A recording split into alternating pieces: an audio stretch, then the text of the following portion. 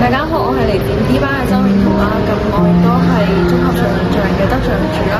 咁我去揀呢一個感恩主題去做一個影片咧，咁係因為咧，其實我覺得喺我哋嘅日常生活中啦，咁係有好多嘅人或者係事係值得我哋去感謝嘅。咁但係基於一啲嘅原因或者係一啲嘅因素啦，我哋冇機會去向佢哋講一聲多謝。咁所以我想藉住呢一條片去向嗰啲我哋值得感謝嘅人或者事去講聲多謝。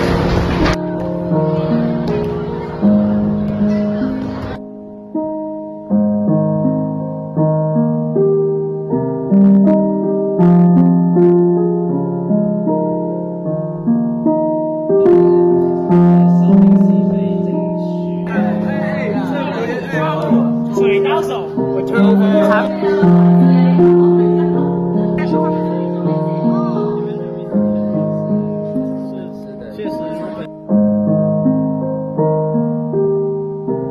我要感恩的人是我的朋友邓浩熙，因为他在學期開始的時候幫助了我很多。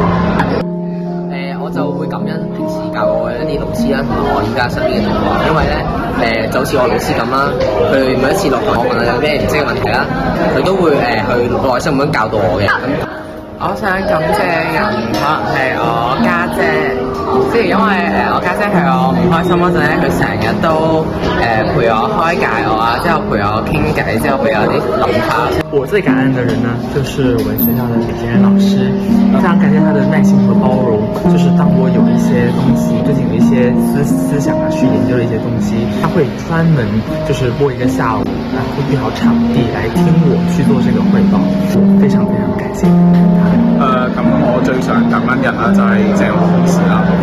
因為咧上一年即係我讀緊高一嘅時候啦，佢俾我去嘗試做一啲司儀嘅工作啊，去嘗試即係培養翻我嘅呢一方面嘅一啲能力啦。咁亦都係因為佢啦，先令到我可以令到自己喺主持人呢方面去不斷咁樣發展啦。亦都我好感恩周永彤呢位同學啦。咁佢係一個比較好努力比較善良嘅同學啦。佢係我哋嘅學習小組組長啦。佢喺佢讀書過程中，佢都係經常咁幫助我哋支持我哋學習。